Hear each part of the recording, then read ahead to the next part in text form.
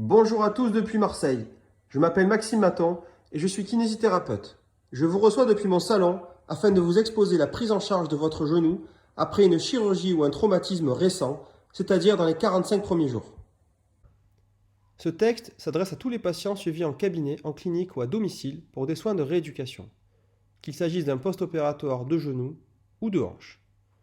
Bien entendu, notre métier c'est de l'artisanat. L'interaction extérieure des mains expertes de votre kinésithérapeute ou de ses corrections en direct pendant vos exercices ne se remplace pas. Toutefois, on peut limiter la casse et éviter des situations d'enraidissement articulaire, de perte d'autonomie avec des choses simples, sécures et sans matériel quasiment. Le principe, c'est de vous accompagner, de vous aider et ne pas vous laisser seul gérer votre cas clinique, votre post-opératoire ou votre post-traumatique. L'être humain tire sa force dans sa capacité à s'adapter. Son environnement est bien plus hostile qu'il n'y paraît, ultraviolets, température extérieure, stress oxydatif et virus comme actuellement le Covid-19. Alors adaptons-nous dès aujourd'hui à cette courte période de confinement. Rappelons-nous que la nature, guidée simplement par l'expérience et le savoir-faire, trouve souvent seule son chemin. C'est sur ce ton positif que je traiterai de votre auto-prise en charge rééducative. Au fond, rien de nouveau, puisque les consignes de la HAS, Haute Autorité de Santé, vont dans une auto-rééducation entre les séances de rééducation. La nouveauté, c'est que pour certains, dans ce contexte, il s'agit de votre unique prise en charge initiale. Ce travail se veut donc clair et simple pour être accessible et de mise en place rapide par le plus grand nombre. De fait, les précisions et la spécificité de chaque cas sera moindre, je vous l'accorde, mais sera sécure. Premièrement, n'oubliez jamais de vous écouter dans le ressenti de la douleur, dans le vécu de votre pathologie, dans les signaux que vous renvoie votre corps. Faites-vous confiance. Deuxièmement, suivez le protocole dicté par votre médecin ou votre chirurgien de façon appliquée et soyez rassurés.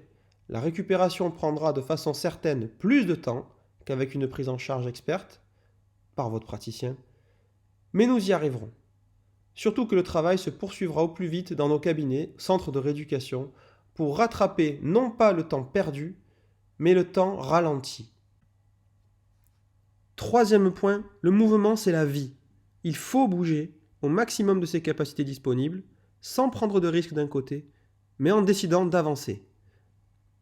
Alors c'est une question de dosage. La recette miracle n'existe pas, mais vous allez comprendre de jour en jour, avec votre évolution, comment vous doser, comment avancer. Quatrième point en lien direct avec la dernière phrase du point 3, faites régulièrement le point sur votre avancée. Vous êtes acteur de votre rééducation. Cela s'appelle s'auto-bilanter. Votre thérapeute le fait quasiment chaque jour sans que vous le voyiez, mais il le fait, et c'est ce qui lui permet de vous faire avancer doucement, de franchir les étapes. Il n'est malheureusement pas possible de devenir expert en un tutoriel, mais vous y arriverez avec des choses simples. Pourquoi s'auto-bilanter quotidiennement, ou quasi quotidiennement ? Pour se situer, pour se motiver, pour tenir un journal de bord à présenter à votre spécialiste, chirurgien, médecin, kinésithérapeute, en vue de votre proche prise en charge en cabinet. Quels sont les outils de ce bilan ? Une marque sur le sol pour quantifier la progression de récupération de mobilité, nous le verrons tout à l'heure dans une vidéo. Un mètre ruban pour mettre en évidence une articulation qui gonfle ou qui réduit, une cuisse ou un mollet qui récupère du volume musculaire. Une échelle de la douleur pour quantifier votre douleur du jour. Des photos, des vidéos prises par vous ou pour un proche. Libre cours à ce dont vous disposez chez vous. Tout est bon du moment que l'on respecte la règle de réitérer le même procédé de mesure. Toujours le même protocole pour faire simple. Prenez des repères et faites toujours la même chose.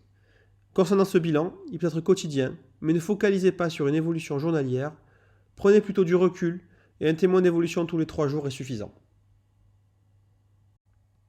Cinquième point, distinguez la phase de travail, qu'il soit dans la récupération, l'entretien des mobilités articulaires ou de force musculaire, ça ce sont les exercices que nous taillerons, et une phase de soins, de repos, qui succédera et ou précédera les exercices.